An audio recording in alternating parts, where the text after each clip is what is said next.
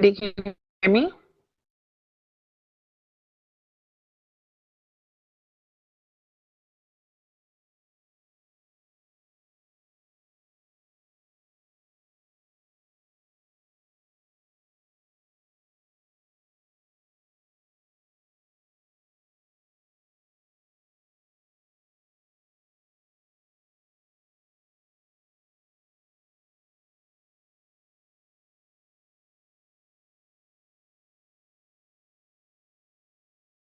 All right, can everybody hear me out there?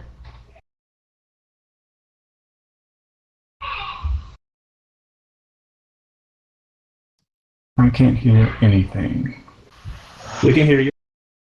Okay, I'm getting some thumbs up, but I can't hear anything. So try to reinitialize my voice here. Give me just a second, guys. Do this.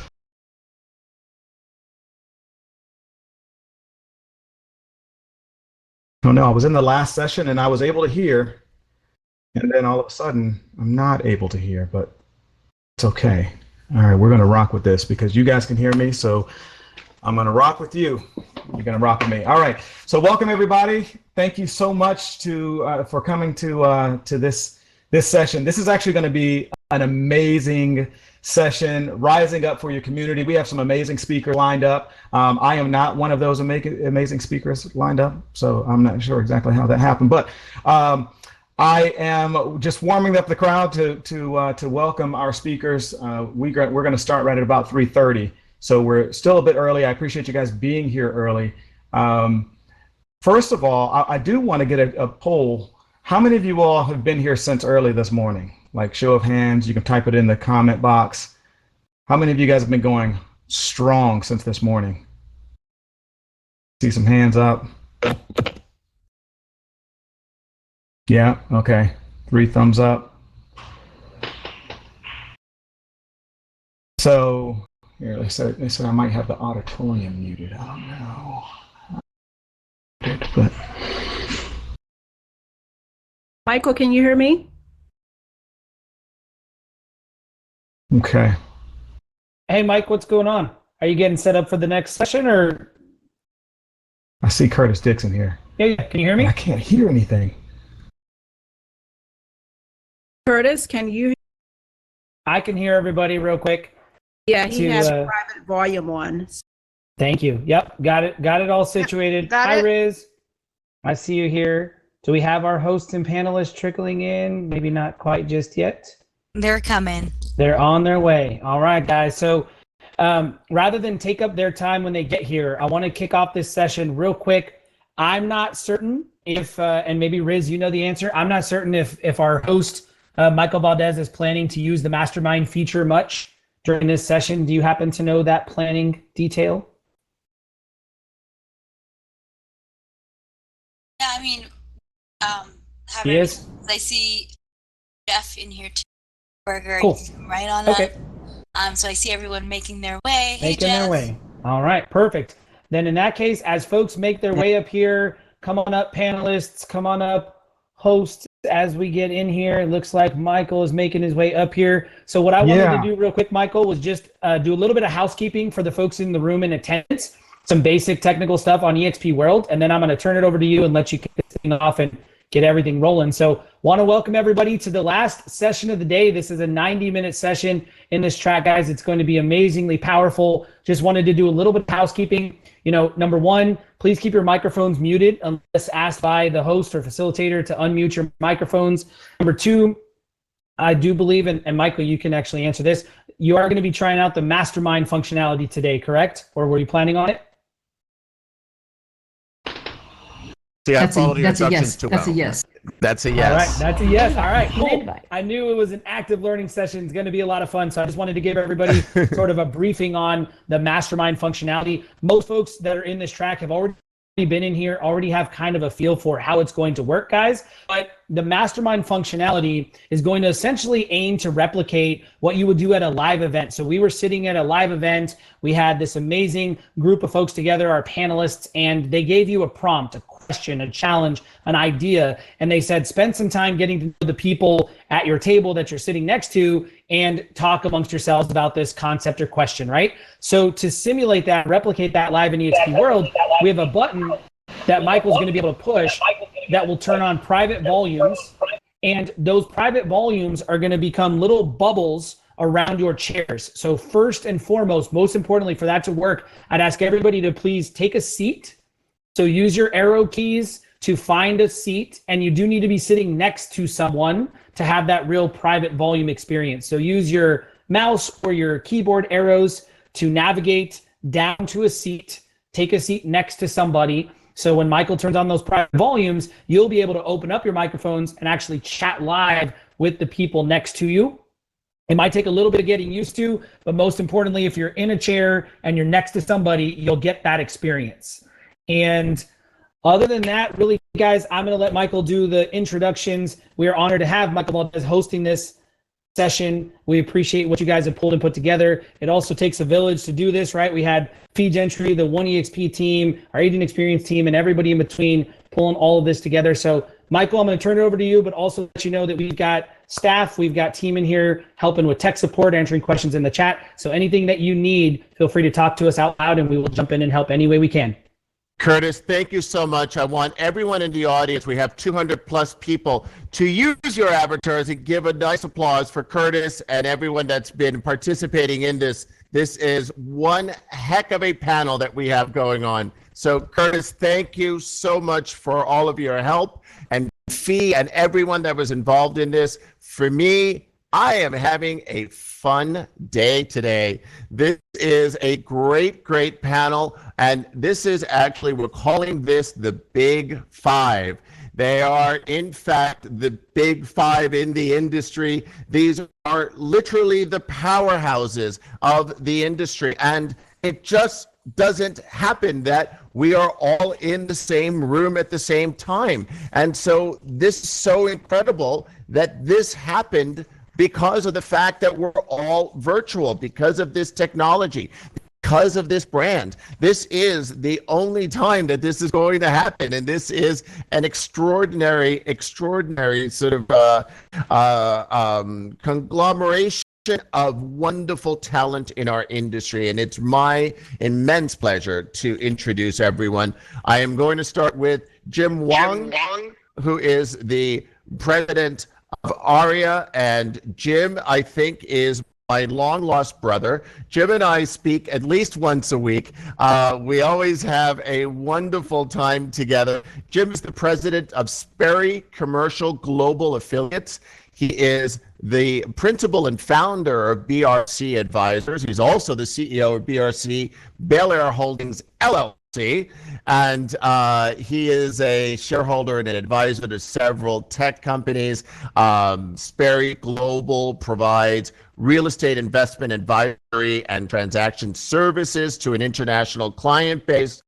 And if you want to know a lot more about this, he was actually a guest on my podcast a few weeks ago. So that one is still alive and running.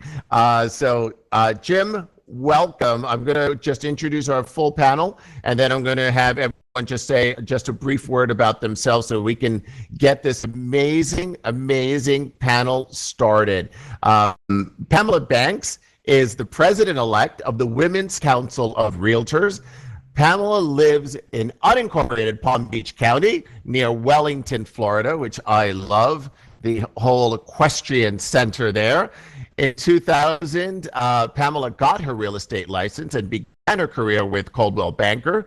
After 3 years, she moved over to Remax Direct, and she was introduced by her broker to the Women's Council of Realtors, and she immediately immersed herself into the organization. She was asked to rejuvenate the local network. In 2004, she became the vice president of memberships, and in 2019, she moved her license to Remax Prestige. She's been involved in local and state associations, serving on various committees, including the board of directors of Florida Realtors and NAR, and she is also a steering our President's Circle RPAC contributor. We're so glad to have Pamela with us. Next is another dear friend of mine. Sarah Rodriguez is the NAREP president. I have the great privilege of knowing Sarah for many years. I sit as a member of the NAREP Corporate Board of Governors. I have been in awe of Sarah's leadership throughout the years. She has over 18 years of experience in the Virginia real estate title industry. She's very sought after as a speaker, as an educator, as really a leader, not just in the DC metro area, but really around the globe. Sarah is somebody that has appeared as a speaker at multiple events and conventions. She is, as I said, the 2020 NAREP president, and she is somebody who is a dear friend of mine and someone who I'm so glad to have on this panel. Jeff Berger, another friend of mine. Jeff Berger is the founder and the CEO of NAGLREP, the National Association of Gay and Lesbian Real Estate Professionals. Jeff is a realtor with Coldwell Banker in Jupiter, Florida. He is dedicated he is a dedicated advocate for the LGBTQ community. He is somebody who I really have such admiration for. I was actually part of the HRC program that Jeff did last year. Also attended his NAGLREP event in Palm Springs last year, and he is an incredible leader in our community, and so glad to have him here virtually. And last but not least, we have another good friend, Antoine Thompson. Is the executive director of the National Association of Real Estate Brokers. He is a staunch champion of fair housing and community reinvestment by local and national financial institutions. He has had a significant public service career in Buffalo, New York, his hometown. He has had appointments to the Buffalo Common Council, where he authored Buffalo's fair housing law and secured, get this, over $75 million for community development projects. He was elected to the New York Senate in 2004 and 2008, served as the Senate Deputy Majority Whip and chair of the Senate Standing Committee on Environmental Conservation and co-chair of the Senate Minority and Women Business Enterprise Force. Antoine sits on various boards, task force, and working groups. He was ranked in 2020 on the Swanepoel Power 200 list, ranking as among the most influential and powerful leaders and executives in the real estate brokerage industry. Now, is that a panel or is that a panel? Everyone, thank you. Now you know why we call you the Big Five. I'm going to give you each an opportunity to just address the audience and give some other piece of information that I may not have given about you. Jim, I'll start with you. Michael, thank you so much for that warm introduction. Hello, EXPers. I am really happy to be here in this virtual environment. This is great. I don't even have to put on the suit now and everything, so I love it. And I am virtually dressed up. So thank you for inviting me. Boy, thinking about this question, so many things, but I would have to say, keeping it a little PC, one of the things that is not known is that I served as a Boy Scout leader for about 5 years, moving up the ranks. And the craziest thing that people would always ask me is, where's your kid? And I said, I don't have one here. I'm just volunteering.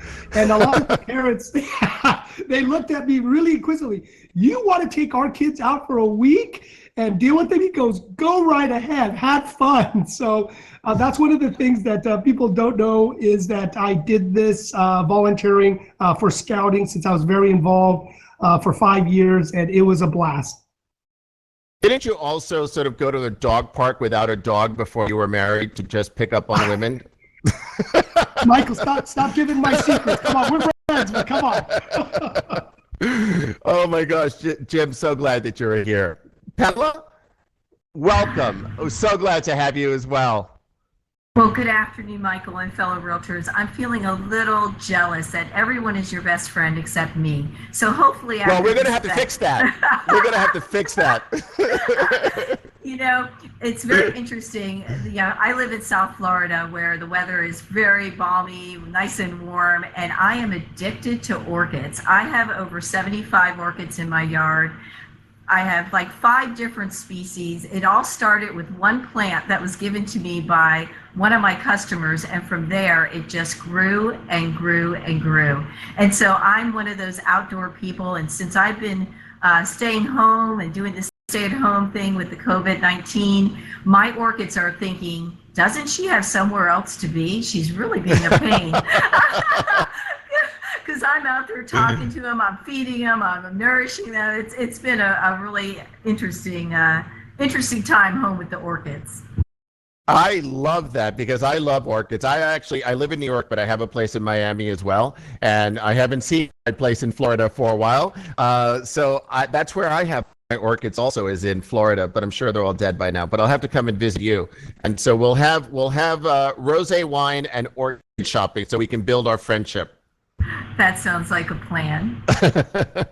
And Sarah, my Sarita, how are you? Something people don't know about you. I'm great. How are you? I am so excited to be here with you.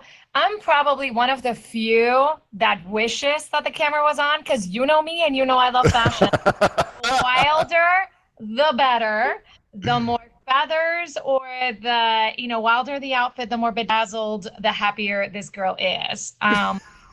I also do love orchids, but mine, maybe they don't like how I talk to them, Pamela. Maybe I need to go and talk to you to see why mine are not thriving. So I guess everybody knows it, but my biggest thing is I'm the mom of 3 amazing young boys, and they are the reason that I do everything. I'm very involved with also my home island, Puerto Rico, and I love salsa dancing. So there you have it. I know we've salsa danced before, so that's good. Jeff, my friend, I know throw a great white party, so that one I know. And you also are a great dad, and I've been following your beautiful daughter on social media, and she's a little bit of a star. So tell the audience something about you that we don't know. Or was that going to be your thing, and I ruined it for you? Oh no, that's that's fine.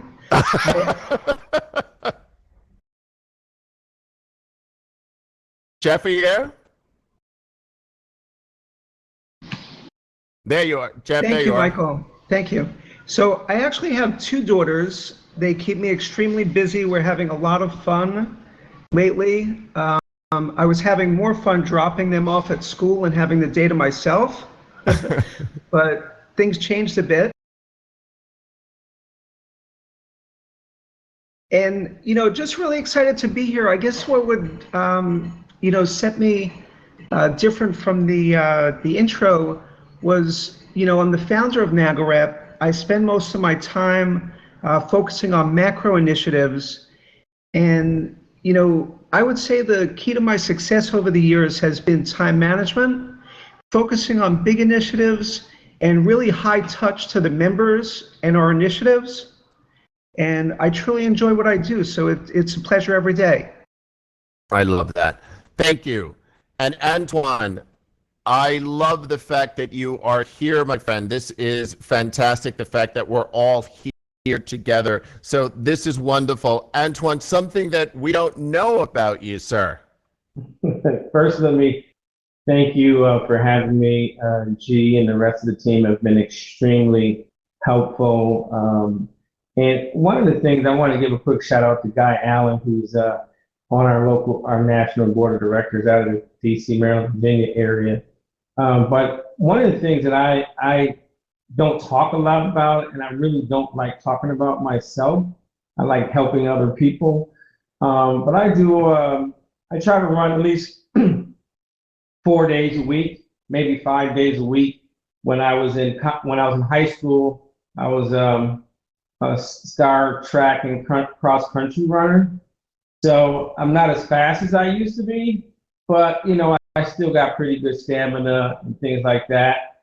And then I also I play the saxophone, not as much as I need to. And when I was a kid, I used to actually play the violin. And I had a chance to go to the performing arts school in Buffalo, but I did not take up that opportunity. So I kind of think I should have when I was a kid. So now I am actually looking at my saxophone in my office right now, and I'm probably going to play a little bit before I leave today. I love that. That's amazing. That was really good.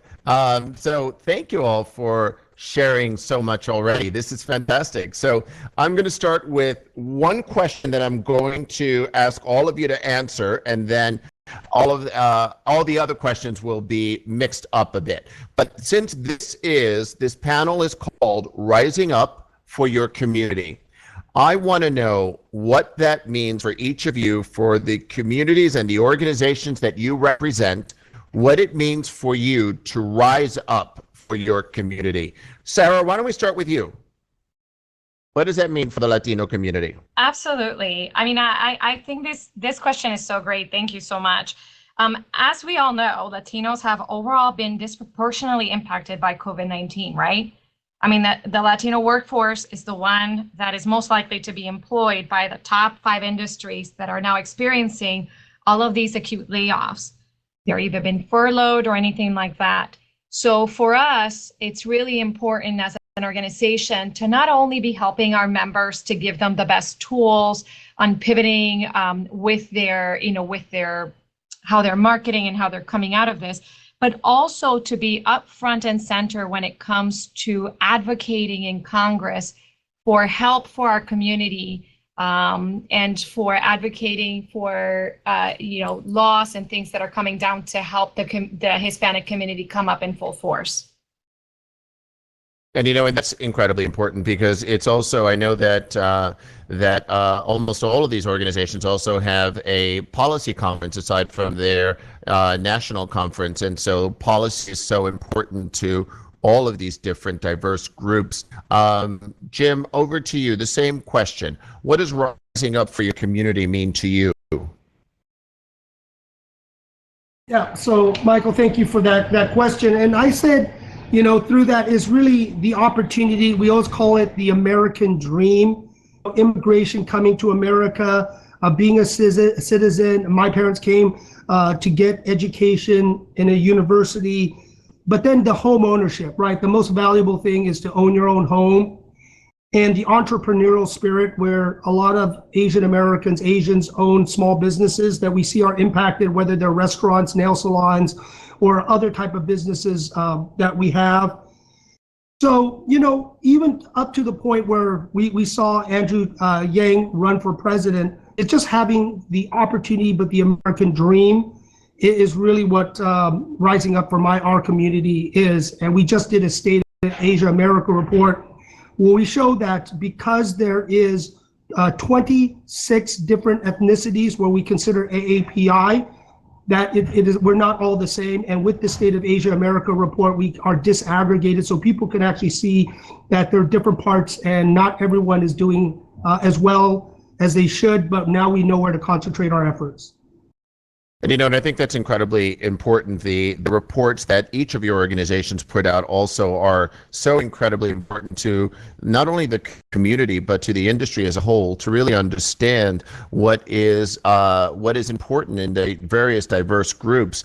And Jim, I would just want to thank you very much for naming me the co-chair of the ARIA Global Conference this year. It was indeed an honor to have done that last week, and we even had Andrew Yang as the keynote speaker there. So I wanted to thank you for the opportunity to have done that with ARIA and with you.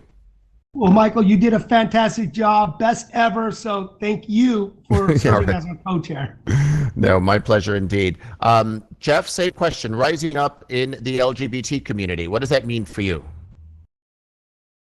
Sure. Thank you, Michael. We do a lot of macro planning, as I mentioned earlier, and what it means to us, the LGBT community experiences a lot of discrimination. So for us, it's really high engagement with the largest LGBT nonprofits. For example, the Human Rights Campaign, the National LGBT Chamber of Commerce.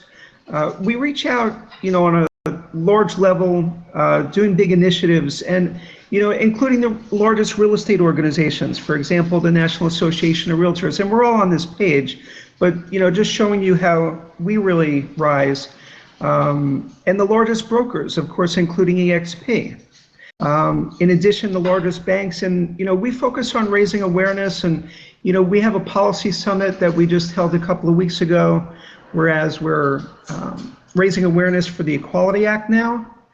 So that's really important. While we're on this panel together, the LGBT community is the only organization, for example, or community, I should say, that isn't federally protected in fair housing law.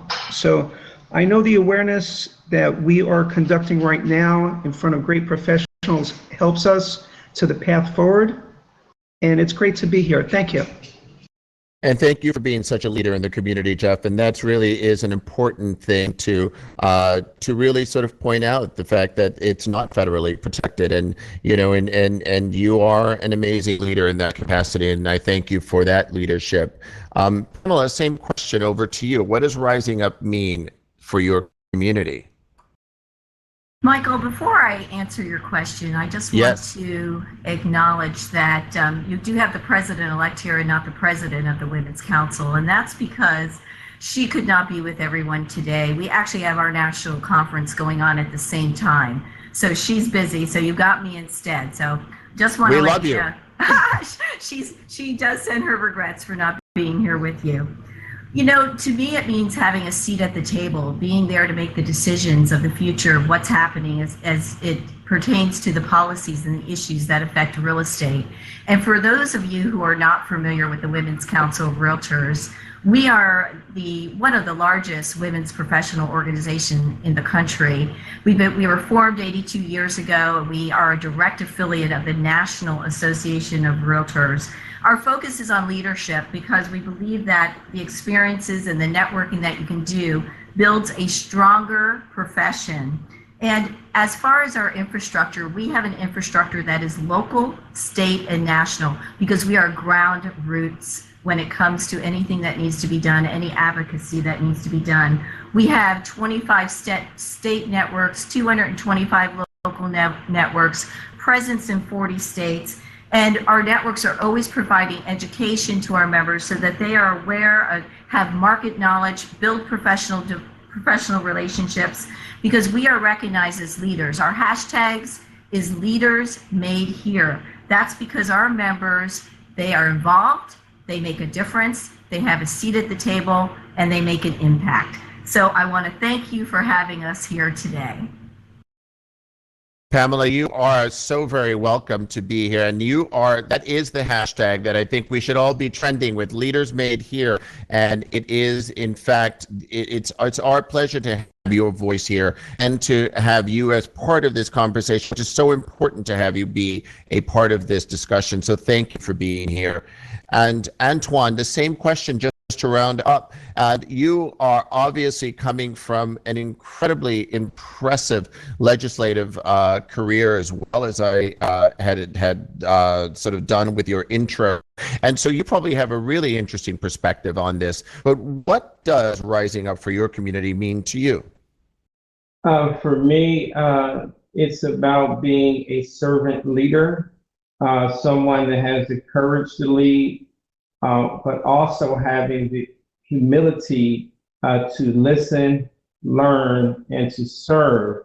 When you enter the role as the National Executive Director for the National Association of Real Estate Brokers, which was founded in 1947 during the height of discrimination and Jim Crow in America, you bring with you the mindset of fighting for individuals, for democracy and housing, which has been and continues to be a never-ending struggle for fairness in housing, fairness in real estate, fairness in lending, and being a voice for the voiceless and giving power to the powerless and organizing those who sometimes don't have the ability to organize themselves. So it's an awesome responsibility, and I'm just really excited that over the last 5 years, I've been able to learn, listen, grow, and serve at the same time.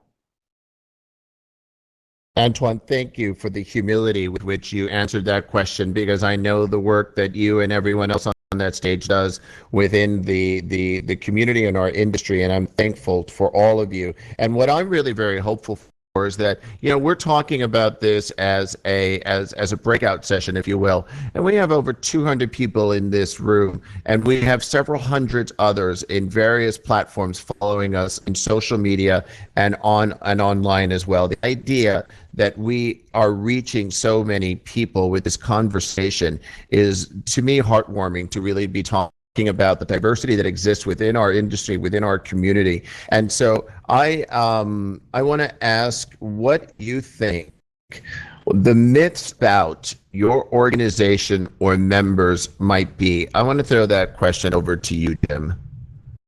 What do you think are the myths about your organization or members? Thank you, Michael, for that question. And it is the model minority myth, and that everyone in our group is doing well. And that's why with the State of Asia America report for 2020, it disaggregates to show some are doing well, some are not doing well, some are doing far below well.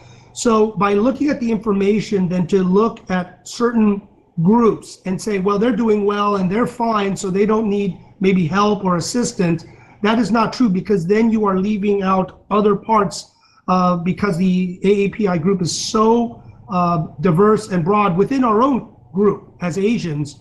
That's why it's so important for us to debunk the myth, show why that we need to help those that need help and not just throw everyone into kind of one bucket. And, you know, and I think that's really important, the fact that, you know, you start thinking about how many different nationalities, cultures, countries make up that AAPI community. And I think that is something that we probably wouldn't have thought about. And Sarah, I think you might have a really similar response to something like this. But what do you think the myths about NAREP would be and its members? I think there's a couple of them. I think number one, I know when I travel, people ask me, do I need to speak Spanish to be able to be part of NAREP? I think that is by and large the biggest myth, and the answer is no. NAREP is there to make sure, you know, when we look at the homeowners that are coming in the next couple of years, and I think that the Hispanic population is the only demographic that has had net gains for homeownership for the 5th year in a row. We look at our home buyers, and not all of them speak Spanish, but what they do look for is they look to have that same culture, the way that you talk to them, the way that you treat them. And that's what NAREP is all about. It's about making sure that whenever this large population of home buyers is being taken care of, that they're being taken care of in the way that they like. The second thing is, I think our biggest myth is just the reverse on ARIA, right? Like everybody always thinks that we are kind of smooshed into this one demographic and this one economic buying power, and they don't realize that the Hispanic demographic, by and large, is a very young demographic. So yes, we might start in those starter homes and needing help with those, pay down programs, down payment assistance program. But some of us are moving up, and it ranges economically all throughout. So a couple of myths there, but just like James said, not one size fits all. And you know, it's also that phrase that NAREP has helped coin, which is the Hispanials, the Hispanic millennials, which is such a large buying group within our industry. And it's almost also on the flip side where, you know, there might be this misconception of the Asian community being quite wealthy, and the misconception of maybe the Latino community not so much, but also the ideas of what we've done with the Hispanic Wealth Project and things like that. Can you share some of that? Yeah, absolutely. I mean, we have we have a goal to create a certain number of Hispanic millionaires, and we've come out with the top 10 principles. Our CEO, Gary Acosta, have studied what all these millionaires had and given us 10 principles that if you follow them, you'll be able to grow your net worth, because we are very invested and capitalizing on the good things that the Hispanic community is and kind of changing some of the patterns. So we're having those very difficult discussions with our very young demographic about what does it take to create generational wealth? And let's have a conversation about what wealth is and what it means. Like, you have to start saving for retirement, live within your means, start saving for those down payment and start creating that wealth with homeownership as the cornerstone of that. I think that's incredibly important, and it's an important message for our community and really the industry. I want to sort of flip a little bit. I'm going to go back to Pamela. Pamela, what do you think is the overall role and importance of these diversity organizations within our industry? Thank you, Michael. Raising the bar of professionalism and providing education and training and resources and tools, not only to our members, but also to the public, so that they are more educated as far as when they're going to purchase things, purchase a home.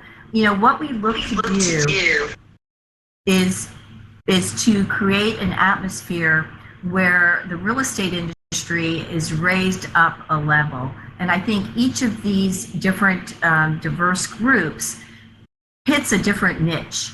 And each one of these niches is able to bring the level of excellence, the level of performance of our members, our realtors that are out there, to a higher level. And I think that is spot on. It really, really is. Jeff, I wanted to ask you that same question. What do you think the role of these diversity organizations bring to the industry as a whole?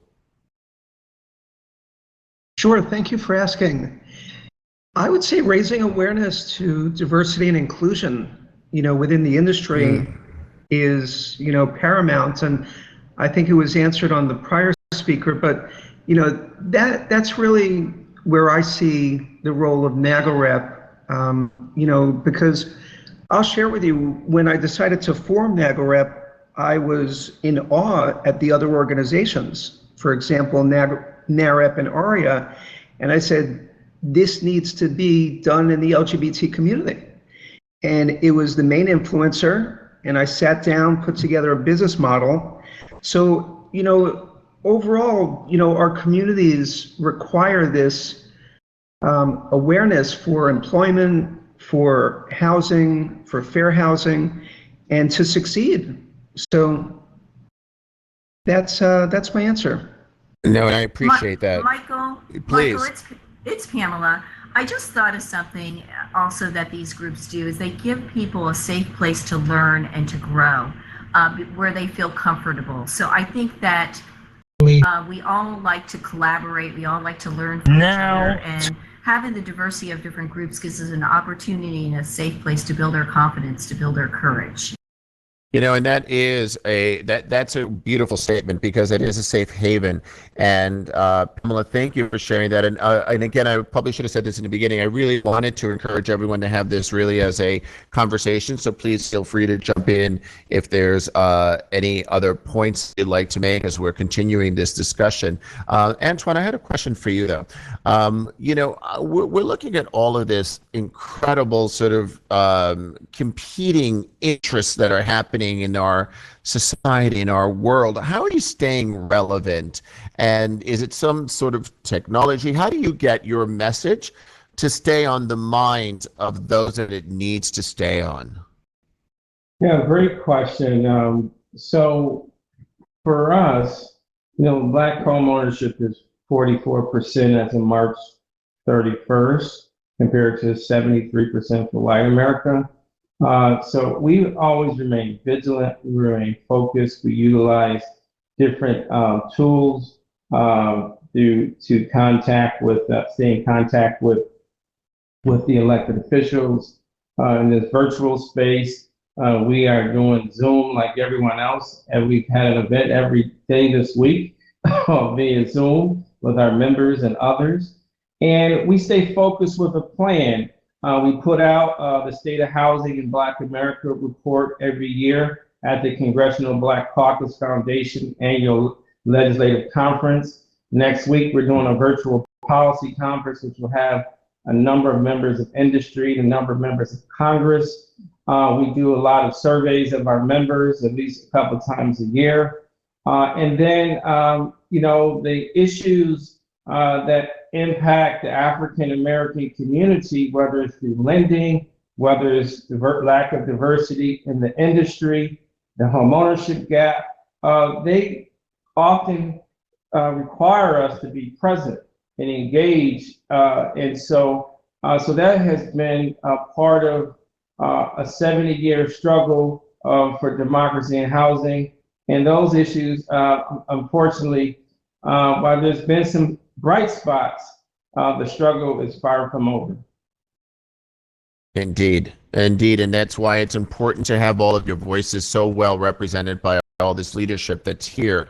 I want to ask Jim, tell me something that ARIA is working on now.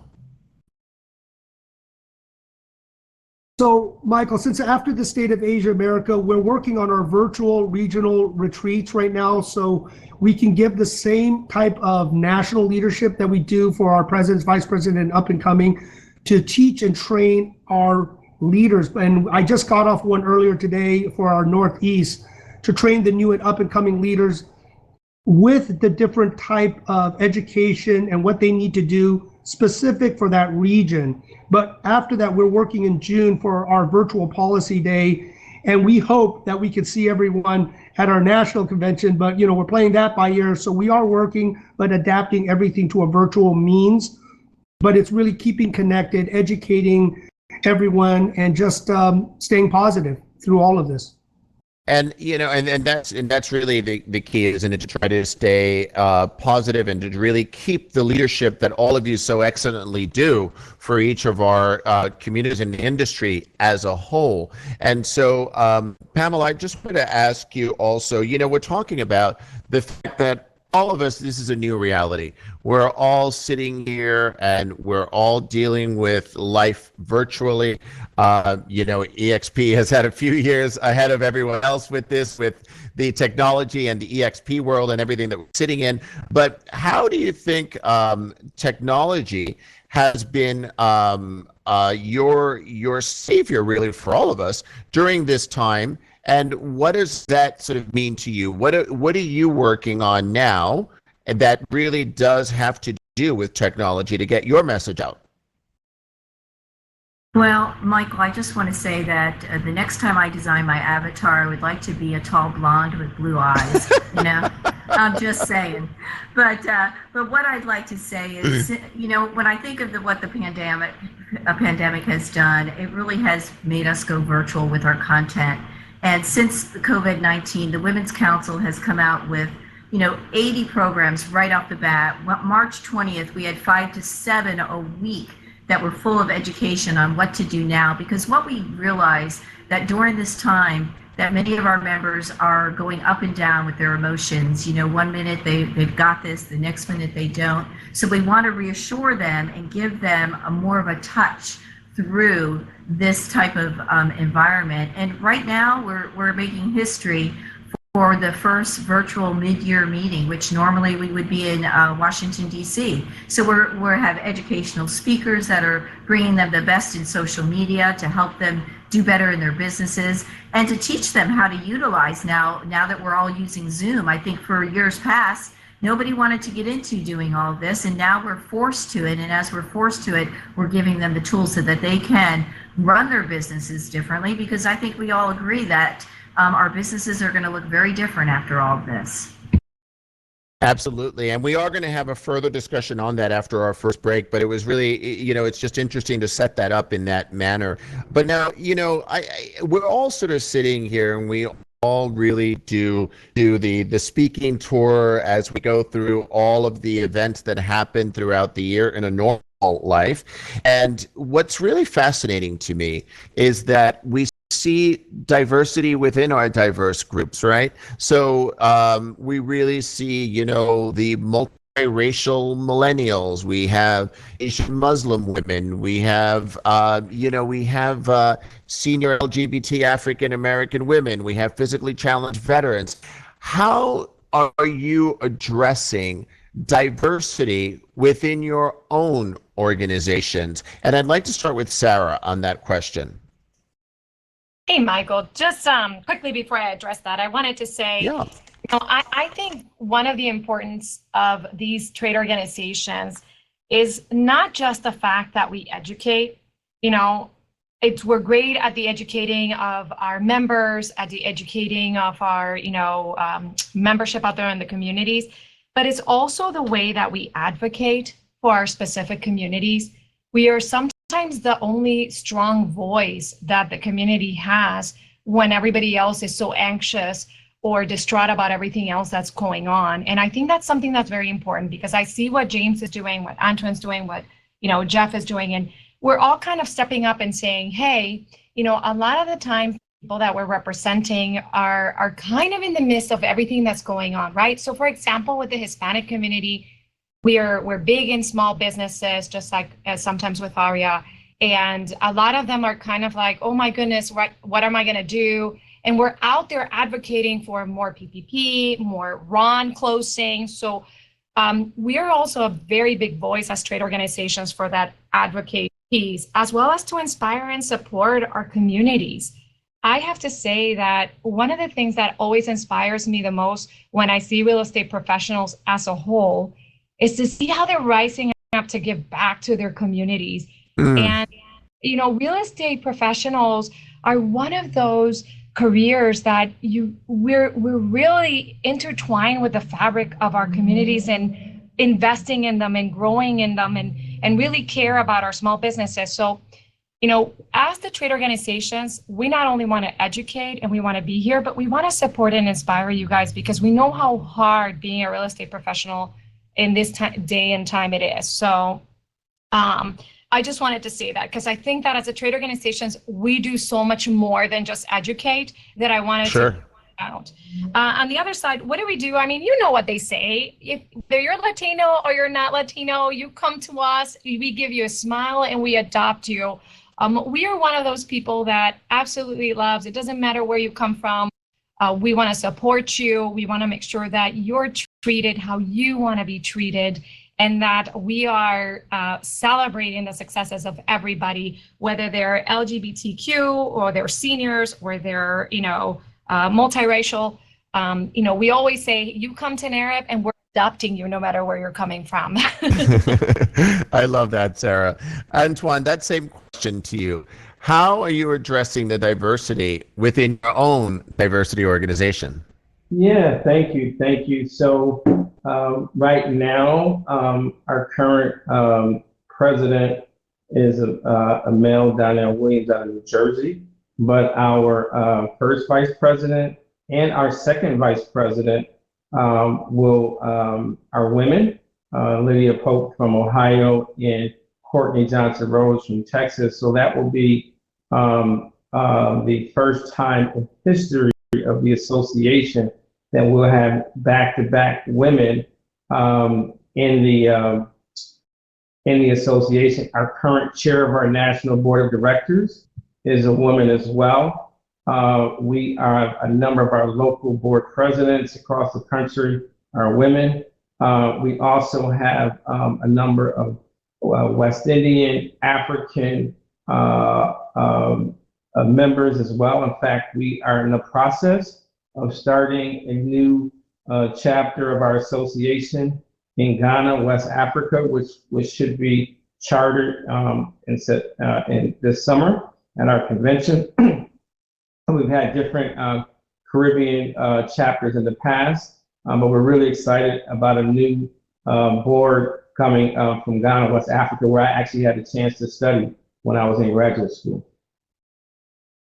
That is incredibly exciting. I mean, it's sort of, I've been hired at EXP to do international expansion, so I love to hear that. And I'm following conversations that Sarah's having in the chat, and Canadian agents want to be adopted by Sarah, and she's adopting Canadian agents. So a lot of things are happening here. Listen, they can all be Puerto Rican. We will adopt you all. The only thing that you need to do is you wanna just have a big open heart. Want to learn how to treat not only the Hispanic community, but pretty much all of the communities that are you seeing represented here. But if you have a big heart and you treat us as want to be treated, I will. You don't even listen, Spanish, Sarah, I love the fact, I know how ambitious you are, but I love the fact that you just made Canada a Commonwealth. This is awesome. This is great. I love it. This is I'm working this on is our fantastic. next chapter. I think exactly. I'll tell you, I had a great time at all the other conventions, doing salsa dancing, watching the music, the NAREB, the comedy night, just everyone's group. They really do embrace you. We all are a family here together, and it's wonderful. I think everyone needs to really travel the world by just going to each one of our conventions, and you're just welcome with open arms. That is so true. So I am going to make the organizers of this particular event incredibly happy and say that I'm going to stay on time and allow you to go to your first intro session break. So Julie, will you come up? Yes. So guys, so really glad that you're in the audience, and when you're at a conference, there's many opportunities where you turn to your neighbor and you discuss what's being discussed, and you do these small breakouts. And we have this awesome technology here in the world where we can do just that. So I'm just going to give you just a little guidance real quick as to how this is going to work out. You're going to see a question on the screen here in just a second. But one thing that I want you to do is make sure that you're sitting by at least one other person, okay? Because if you're not sitting by another person when we do the breakout, you will be a breakout of one, and that's no fun. So if you're sitting by at least I do an all-day shoot.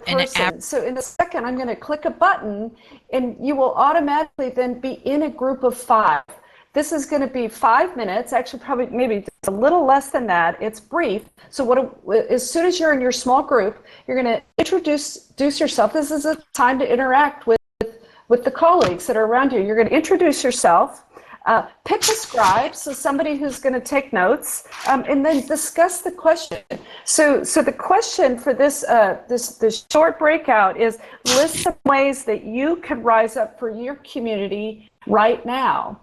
List some ways that you can rise up for your community right now. Now, when we have 1 minute left, I'll break in real briefly and give you the 1 minute warning. But here we go. I'm gonna click the breakout button. So actually, yeah, make sure you're sitting by somebody. So here we go.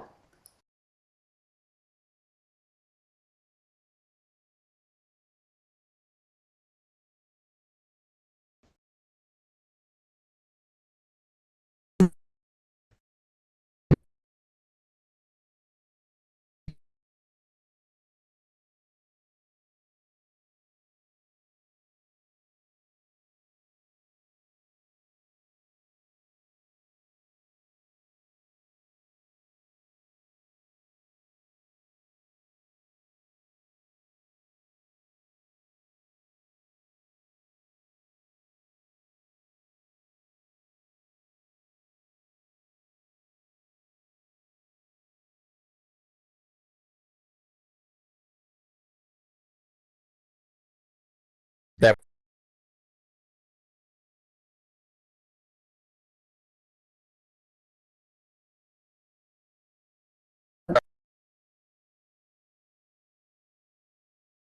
If you're not in a group, move closer to somebody else.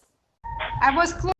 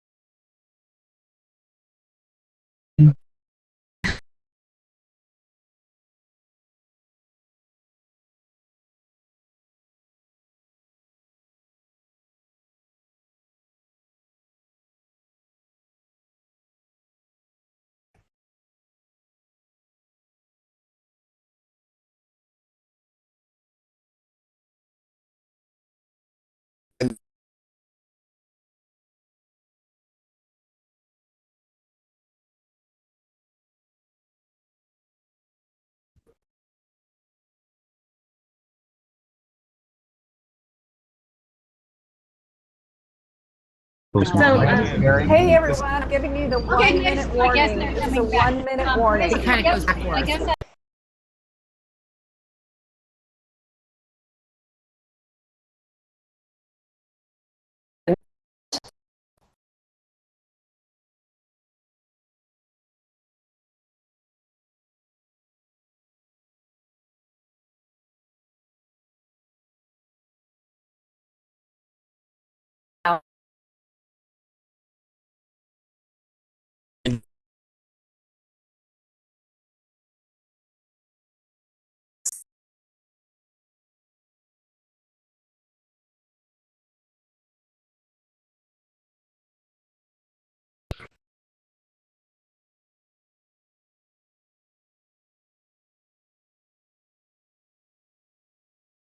What do you guys have?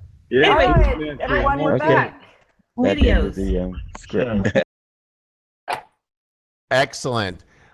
So I appreciate everyone's enthusiasm. We were listening to some conversations as they were going, and they were certainly going. It's amazing to sort of like to be sitting up here and listening to 150 people having chats. So thank you for participating, and I want to continue on with this amazing group of people and this dialogue. And so we want to talk about, you know, the whole element in the room, the idea of the pandemic, the whole COVID-19, the idea that the whole world changed 2 months ago. And, you know, it was really sort of fascinating to see how quickly that all happened. And so, Jeff, I want to start with you. So how has your organization goals or messaging, how did it have to change? How did you have to shift your messaging because of the coronavirus? Sure, great question. You know, it's all unprecedented, of course. You know, a lot of our messaging, ironically, hasn't changed that much. And what I mean by that is, you know, we look at a macro calendar for the year. We were very busy in Q1 for our 42 chapters, hosting events at their realtor associations. And then we came into March, of course, and long story short, you know, a big differentiator with NagaRep is our consumer-facing website. Okay, so NagaRep has over 2,800 members now, and if you were to search right now for LGBT realtor or gay realtor or lesbian realtor, our site comes up #1 on Google, and it receives about 75,000 unique visits per month. That's so bullshit. Go ahead, Jeff. I'm sorry, there was some feedback there. Yeah. So with that being said, you know, we're really digging into our consumers with our consumer-facing website, and it's really going well. You know, we're looking forward to coming out of this, and, you know, we're gearing up through our members-only Facebook group. We're doing some Zooms, but, you know, we're not digging into a virtual world. Most of our chapter leaders, they're a little, you know, taken back by the whole pandemic. They need some time for their family, need some time to, you know, dig into their business and look to where they're going next.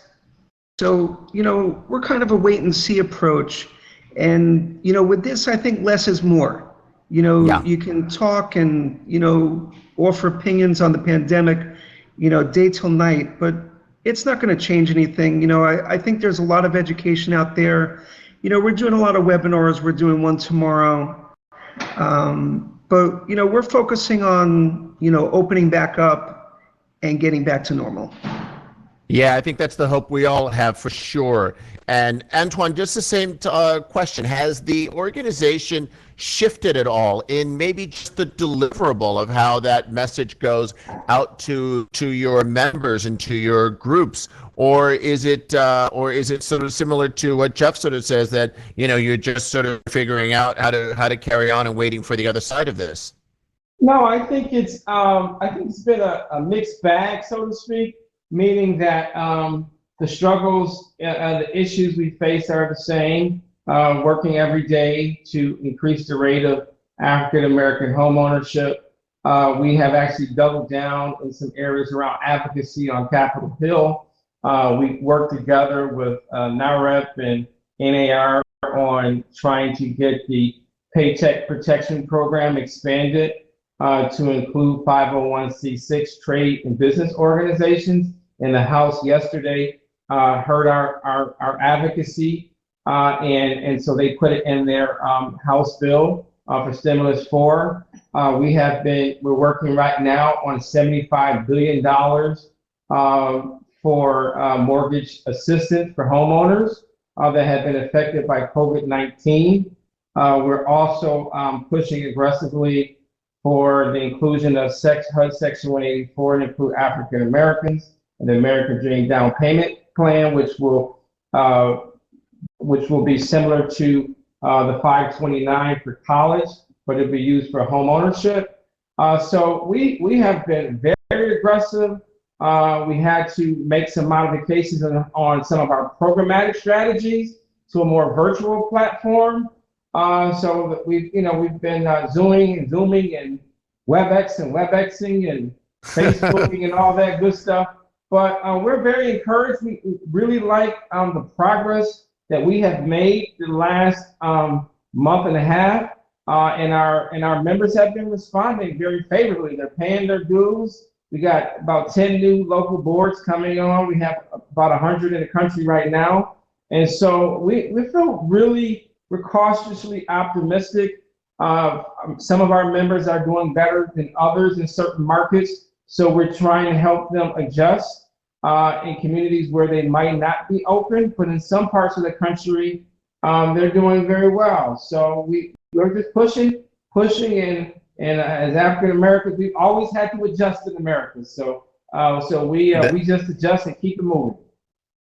And that's important. That it goes back to what Sarah was saying. It's the idea of that the organizations that you all represent so incredibly well. It's the idea that people are looking to that leadership now in this in a sense of crisis, and it's something that you all do so incredibly well. And kudos to all of you that are doing that. Jim, I want to ask you a little bit on the economic side. And you love numbers, and so I am wondering what the economic impact or contribution of your organization is to the industry. What do you feel that is for ARIA? So, Michael, I think, with it, fastest growing minority group, with 1 trillion in buying power up to 1.3, is to really tap into it, but really educate and reach out to our people and how these processes, what's going on. I know many of us have been called about the PPE, the distressed business loan and everything. So ARIA is there to try to use our language to help them through it, to understand it, and to help them grow through it, because everyone is, at different levels. Some people are very, very scared. Some people are being very positive, but it's keeping the organization and our membership and our clients and people around us kind of moving in the right direction, so we do come out of this much stronger. And it's really right now just making sure we touch and reach out, say hello to our sponsors, our members, our leaders as much as we can, to keep everyone engaged so no one is really left alone during this time, which it could be very scary. So that's what we're doing as an organization, is to keep people uplifted, positive, getting the good information out to them however we can, and make sure we really don't leave any rock unturned. No, that's really. Michael, James brings a great point, and I think, again, this is one of the values that these trade organizations bring to our community. As I was saying before, one of the things that I've always admired is how entrenched real estate professionals are in their community. One of the things that I see time after time, at least with our NAREP members, and James, I just heard you say the same thing, is that they're taking information of what's going on in the news about the PPP program or the SBA loans, and they're translating it not only into our native language, but also in layman's term. I love how, with the education that we are providing our members through the virtual events and everything that we're doing, we're kind of breaking down exactly what this all means. Hey, who can apply for PPP? Who cannot? What could you apply for? What does this mean for you? What is forbearance? How does that apply to you? What is going to be the economic impact in the next year with all these forbearances and liquidity issues with the lender? And what can you do to prepare yourself? I think that's something as real estate professionals that I'm seeing a lot of them do to provide value to their communities. And to have somebody, like Arya, like Nerep say, hey, this is what that means, and we put it in perspective with the communities that we serve, is helping those communities tremendously. Because I can tell you, at least on the Nerep side, that we have heard story after story about small businesses where they have reached out to our members and said, thank you, because of you explaining what this is or what that is or what options I had, I'm in business for 2.5 more months. Whereas before, I wouldn't even know what that was. I wouldn't have known how to apply or any of that stuff. So I think that's one of the great benefits. The second benefit that I see a lot of us do well, like Antoine was saying, was our advocacy arm. Let me tell you guys, whenever people tell me, oh, I don't care about politics or policy, we don't talk politics, we talk policy. Because policy is what's going to make our work easier or harder. And right now, with what's coming down the pipeline, whether we like it or not, we really need to be aware of what policies are being put in place. Let me tell you something really simple. For example, Ron, right? I'm in Virginia, and Virginia was one of the first states that has actually used Ron. So we do virtual closings. We've been set up since 2012. It's easy. We love it. There's other states that are not. So that's a policy that, as a real estate professional, could make or break closings. I will give you another example. In Puerto Rico, where I'm from, real estate was not considered essential. So for a whole month, our industry was put in hold, where people that needed to close to be able to pay off mortgages, to be able to have that liquidity, to be able to do something else, were not able to get to closing and pay off their mortgages. Very important for us as an organization to be pushing through policies that are going to help us do our jobs better and that are going to help us, get to the next level. If I could just know one thing, if I could, I think one of the things that we don't talk a lot about, enough about, because all of us are extremely humble, is the fact that we bring hope to a lot of folks. Whether they want to be an agent or a broker, they want to be a title company or a property manager or an inspector, or they want to go into banking or mortgage lending. We help open the doors for a lot of people on the front end and on the back end. And that's part of the great things that we do, making sure that there are women in the room, that there are people of color, there are LGBTQ people at the table, and that we all have the same thing in common of a better future for ourselves and for our families, but it's how we get there. And I think that these organizations play a significant economic role, advocacy role, but an economic role. Every time we close a house, we use a landscaper, a locksmith, a mover, a painter, a title company, you name it. We play a role in having a multiplier effect on the local, regional, and national economy. And that sometimes gets lost in the sauce.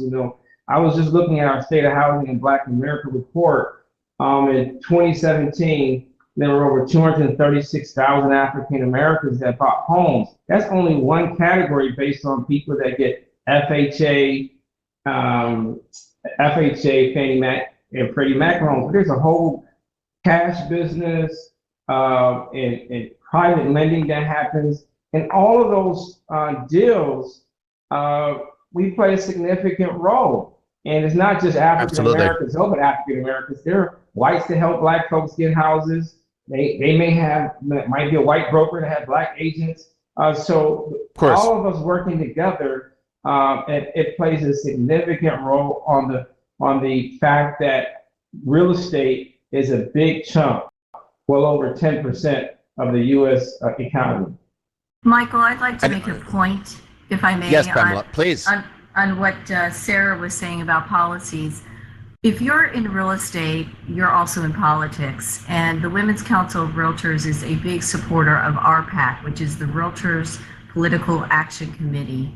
Last year, our members contributed $3.1 million. And what this does is it supports candidates and members of legislature that support property rights, that work on issues that pertain to real estate, like taxation on our commission, talking about lending, what Antone was just talking about.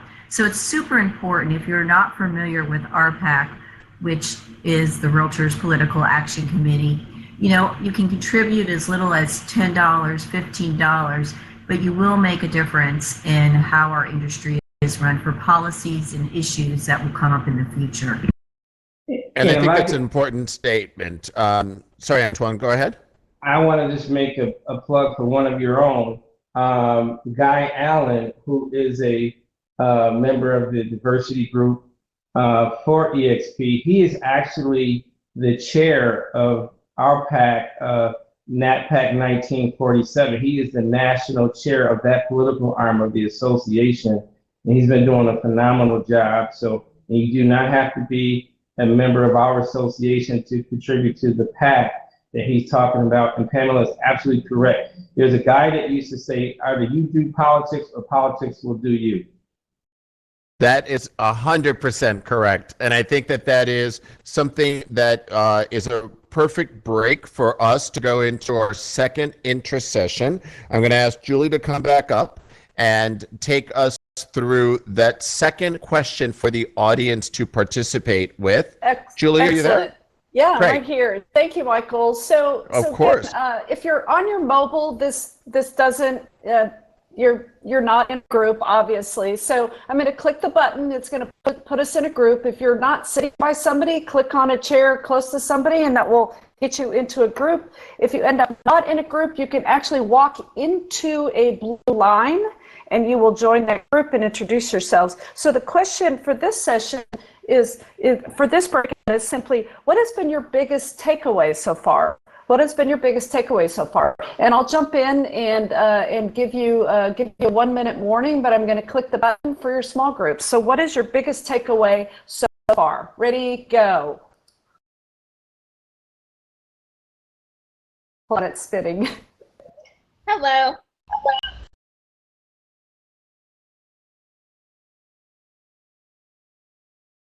So also, is anyone else there?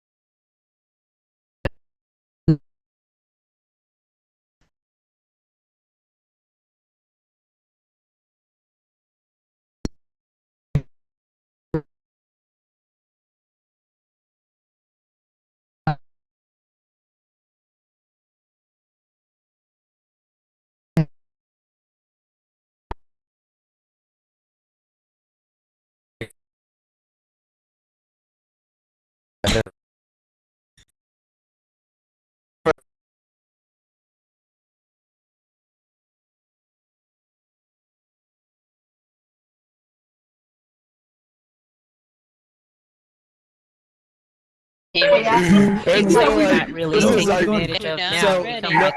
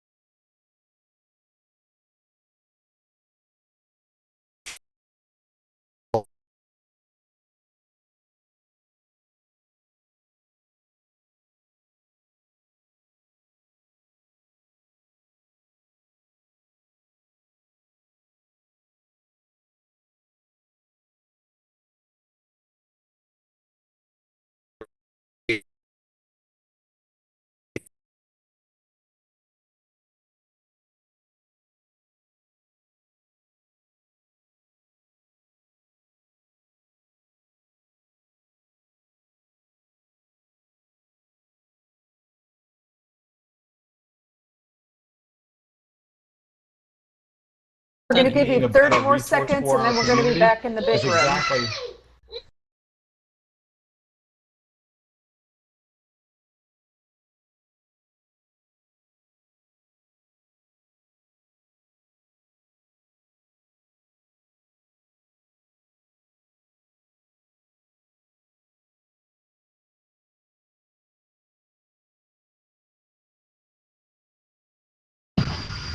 They were earlier. I've been doing a couple different things. Lovely.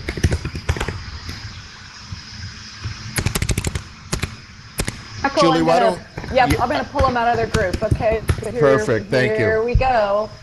Table. Become a leader like that. We're back. Guys, we are back. Good guy. Can we mute the room, Julie? Julie, can we mute the room? I hit the mute button.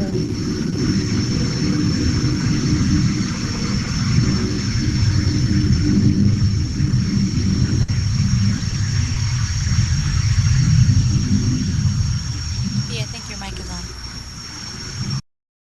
That sound is true. Okay. So we are back. Thank you all for your participation. And just a reminder, we do have a live stream and a Slido participation. So we probably have close to about 1,000 people joining us in this conversation. And so we are now at our question and answer period for our guests, and this has been a great discussion.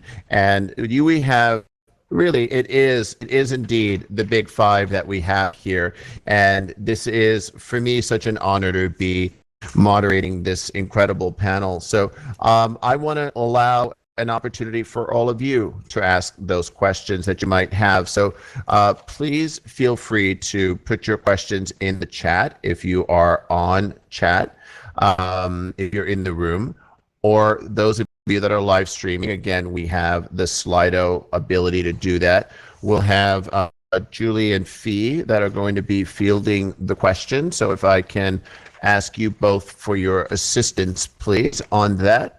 So going over to, I still have more questions on my end. So if we don't have questions from the audience to start, I'm happy to continue on with my questions, but wanted to give you all an opportunity. So Fee, do you have anything on your Slido?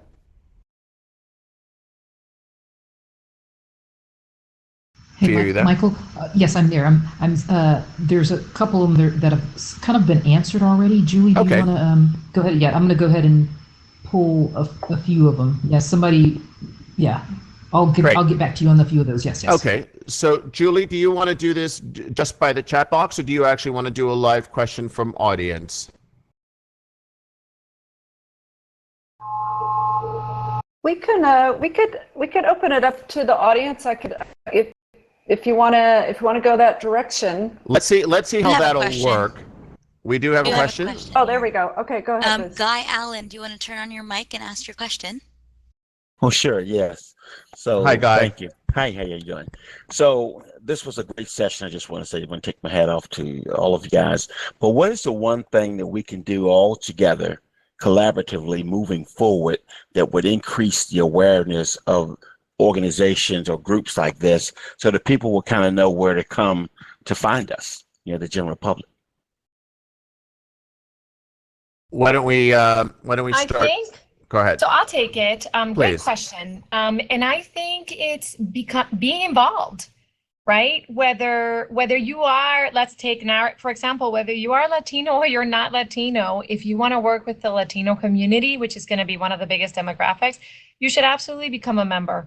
And the member of all of these organizations, because as you saw today, is not just about, being able to support us, but supporting the community and the demographic and the home buyers that are coming down the pipeline, and showing that you know how to work with them.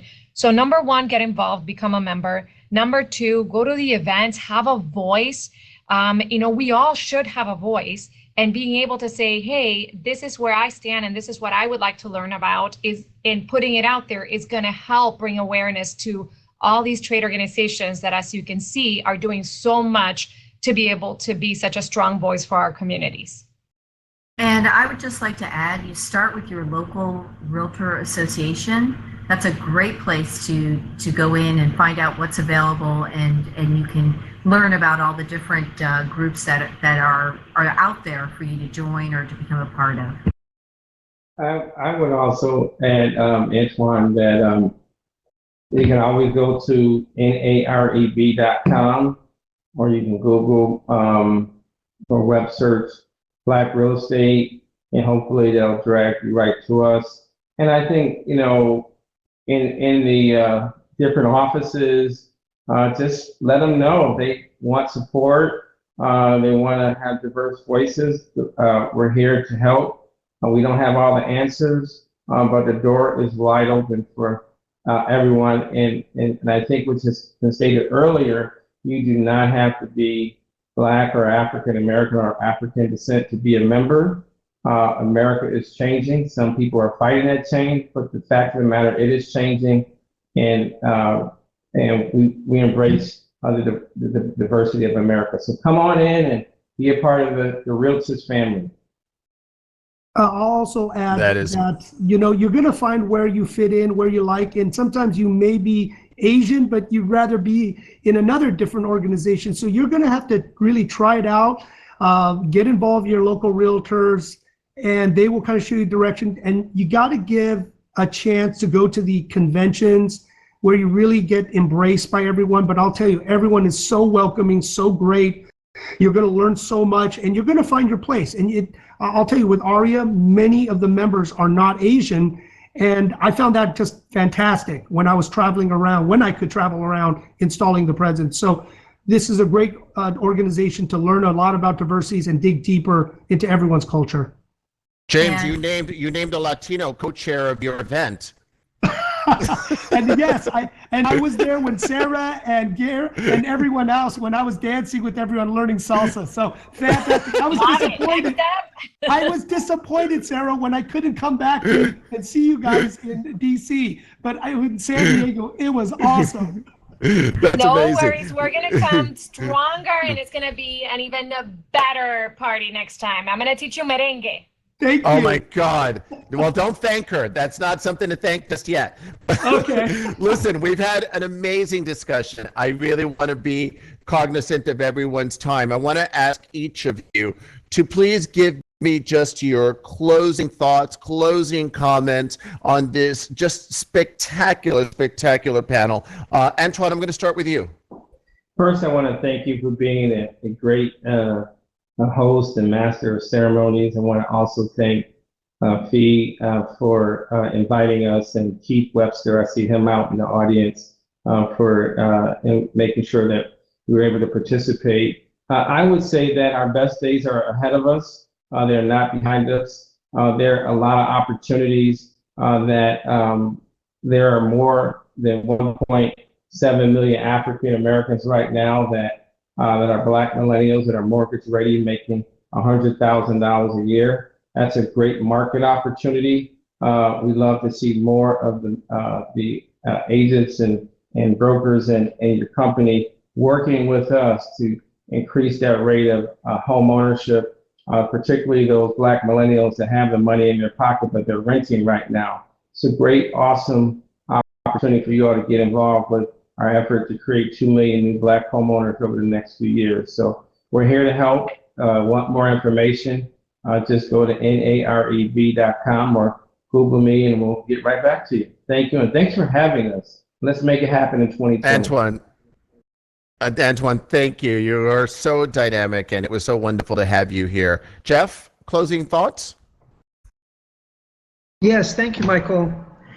Yeah, so first, thank you everyone for taking your time to be with us, and your interest in us is overwhelming. My closing thought is, think about the LGBT community and the concern of discrimination, just, kind of living life, sometimes walking into a restaurant, whatever that may be, whatever it may look like, and then think about them purchasing a home. How important it is to have that safe space in addition to a realtor that understands them and their need for a safe space. And what's important as real estate professionals, I think one good takeaway on NAGREP is I would love you to visit our website, which is naglrep.com. And before you type it into your browser, Google LGBT realtor, gay realtor, lesbian realtor, and think about being an LGBT consumer, okay? And know that 10% of our membership is allied, okay? Many people love to do business with allied agents, and they don't understand the success that our directory has for our members, okay? So we surveyed our members this year, or last year, excuse me. They close on average 1 to 3 transactions per year just through our directory. That's consumer transactions with no referral fee, okay? That offers a number of approximately 3,750 transactions specifically procured from nagarep.com at a median home price of $270,000. That's $1 billion in gross sales and $55 million in gross commissions through our website. So, when you think about joining NAGREP, think about that, then think about doing well, and it's a win-win. Not only you're helping yourself in your business, but you're helping the LGBT consumer purchase a home in a safe space. Thank you. Such an important message, Jeff. Thank you very much, and thank you for your leadership. Sara? Thank you so much for having me. This has been a very cool experience, my first virtual experience. What I will say is, number one, we all have to come in it with a heart. If you're helping and being understanding and trying to uplift any of our organizations, you're going to end up helping and uplifting yourself. And that is good business. Good business is having an open heart so that everybody who wants to buy or sell can feel comfortable with the way that it's being done, that they're being treated the way that they want to be treated, and that you're taking the time and the opportunity to be educated as to how to make them feel comfortable. The reason that a lot of these trade organizations exist is because we still have a lot of work to do out there. And just the mere fact that you guys are here, you're listening, you're trying to figure out how to make this, and how to be a part of this, it's a huge step one. And I am, very, very proud to be in a room filled with people who are interested in this. Specifically for NAREP, the numbers don't lie. Over the past decades, Hispanics have accounted for over half of the overall U.S. homeownership growth.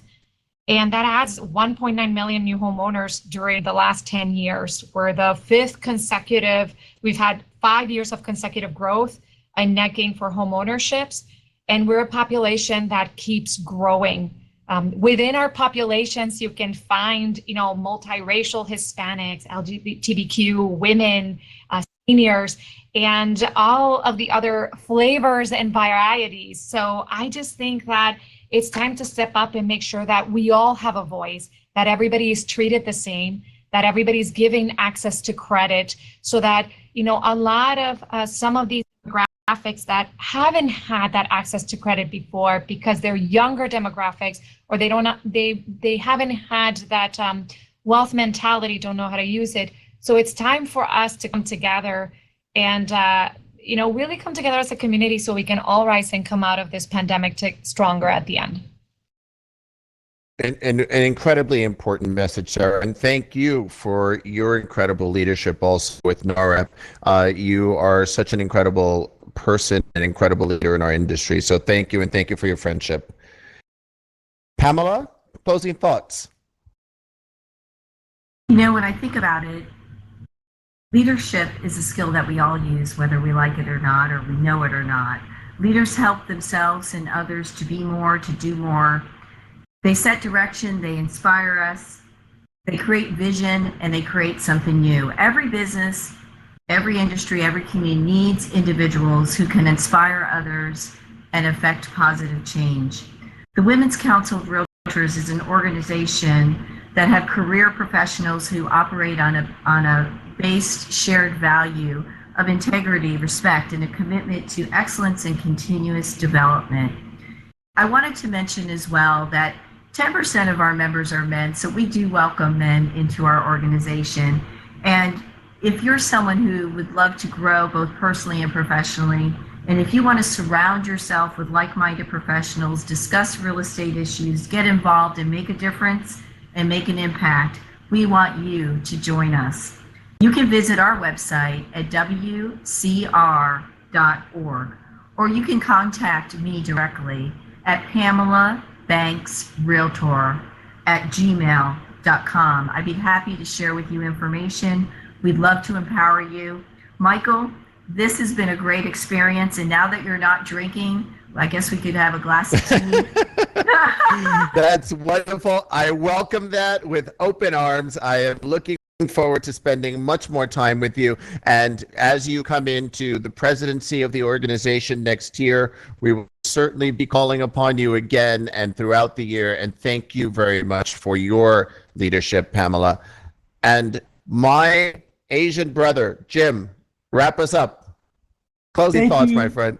Thank you, Michael. Well, I'm going to be the bad influence, so I'm waiting to go drink with you again. So whether it's in New York City or in LA, I'm going to find you. But Michael, thank you. Fee, thank you. EXP, thank you. Ambassadors, you made this experience just so easy, and it's fantastic to see that things can happen virtually as we're all going through this this pandemic. The new normal, as everyone's calling it, working virtually. I am so zoomed out, like I'm sure many of you, we are looking at a screen more than we've ever looked at a screen, where I know a lot of the leaders here, we travel so much, and to just have us stop. But one of the things that was my initiative at ARIA, as we said, most of the people are actually not Asian as I was traveling around the country, but just of every different ethnicity joining ARIA. I started kind of a pillar of sharing our stories because of traveling around, being in ARIA 10 years. I've heard tremendous stories of immigrants coming to America, building success, the American dream, buying the home, starting a business, growing a family, you know, some of them multi-generations. The stories were so fantastic that one of the pillars was to put the 100 voices together. So those, I encourage that are ARIA members, I would love to join ARIA. Go to AREAA, AREAA.org/100 voices and share your stories. It is so important to share all our stories in history. And I said that the stories is what we get the attentions on, but then the state of Asia, America, the data is what sells. If we're looking for money, if we're looking for advocacy, if we're looking for others, they love to hear the heartwarming stories. But when we can back it up with data, people love it even more. They go, what can I do to help? And I know with many of the trade groups here, we all sit on the NAR multi-council together. We share stories, we break bread, we are family together. So I just am saying, as I close out, you gotta stay positive, you gotta be connected. You gotta be true to yourself and others, and opportunities will come through this crisis. But you have to have the right attitude. And you will be known how you handle a tough time. When it's tough, this is how you're going to be known. So with that, I just want to say, be safe, be healthy, everyone. And I do look forward to seeing everyone in person, even though virtually is kind of fun.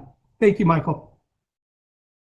Jim, thank you. And really, it's been my honor to be able to moderate this amazing panel of true industry leaders. And I need to thank all of you that were in the audience and participated on our live streaming and across the globe that participated in this. This is such an important message. We are such a fabric of society. We all are this grouping of individuals that create beautiful things together. It is the idea that we are sitting in this room with as avatars, but it really was that thought of EXP and how they created this idea of community in a virtual world. It's the message that goes out into the real world. We are all a part of this amazing community. And I want to share a little bit about what One EXP has done, some data, and just really just quickly in wrapping up, and then I'm going to ask Fee to join me up on stage. So 1EXP was founded by Glenn Sanford back in March of 2019 and officially recognized as eXp Realty in October of 2019. But since the formation of that, I just want to give you a few numbers here. So the Black eXp network grew from 1,200 to 1,600 members. The LGBTQ group grew from 235 to 460. eXp Latino grew from 1,200 members to 1,530. The launch of the Asia Pacific Network with 530 members. The launch of the Middle Eastern Group Association with over 200 members. Launch of the South Asia Group, also over 200 members.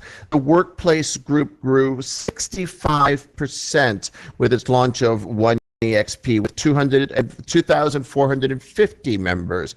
This is an incredible community, and we have a lot of people that take the helm with this. So Fee, is Juan here as well? Is Juan Alvarez here? Juan Alvarez, yes, sir. Yes, sir. Juan, could you join me on the stage for a moment, too? Absolutely. So so Juan started our eXp Latino, and it's his Fee Gentry and Juan Alvarez. I just want to acknowledge both of you with the fact that you have worked tirelessly on this.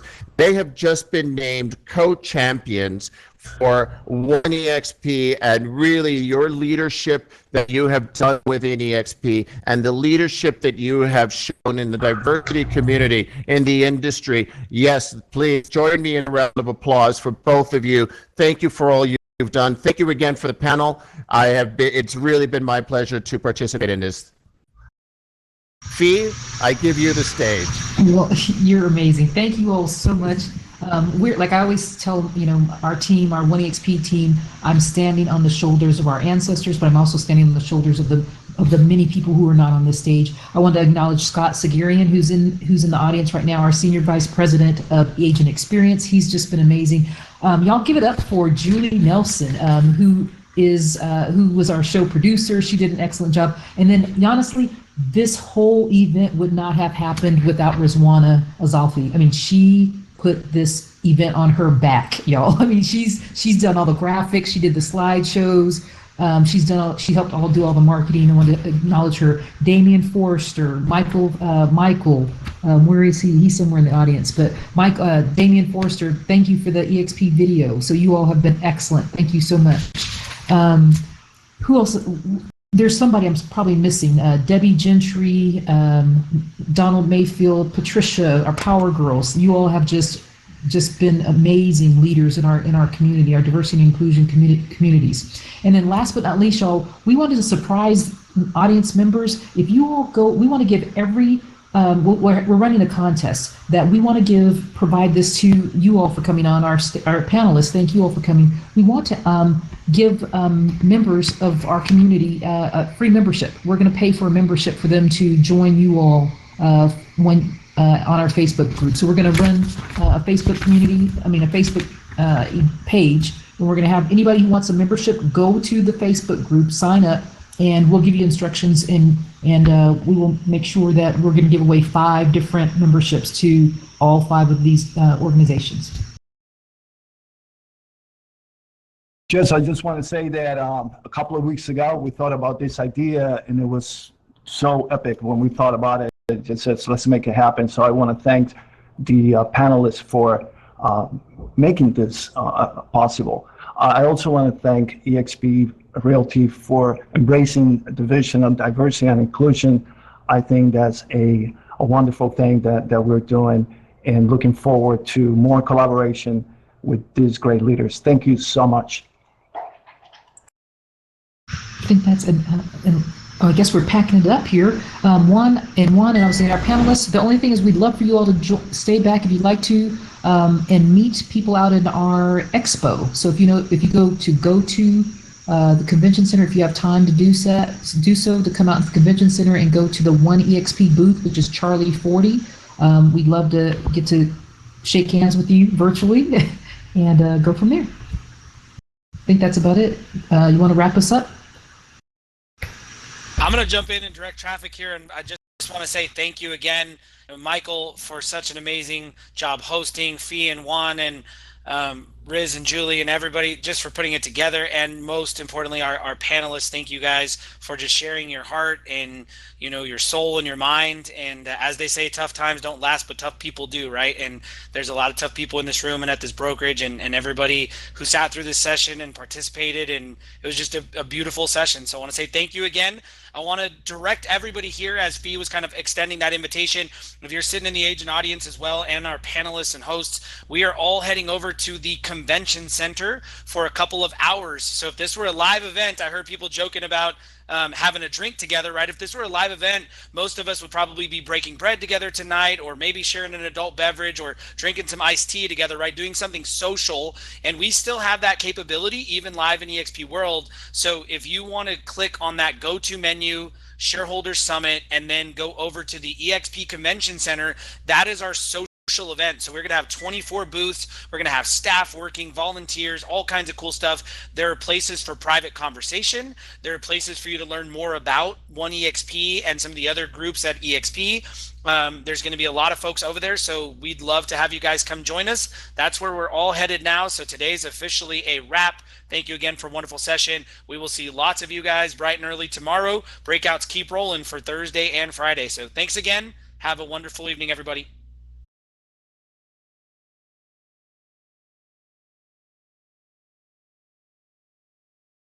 Thank you all. Thank you, everyone. Thank you.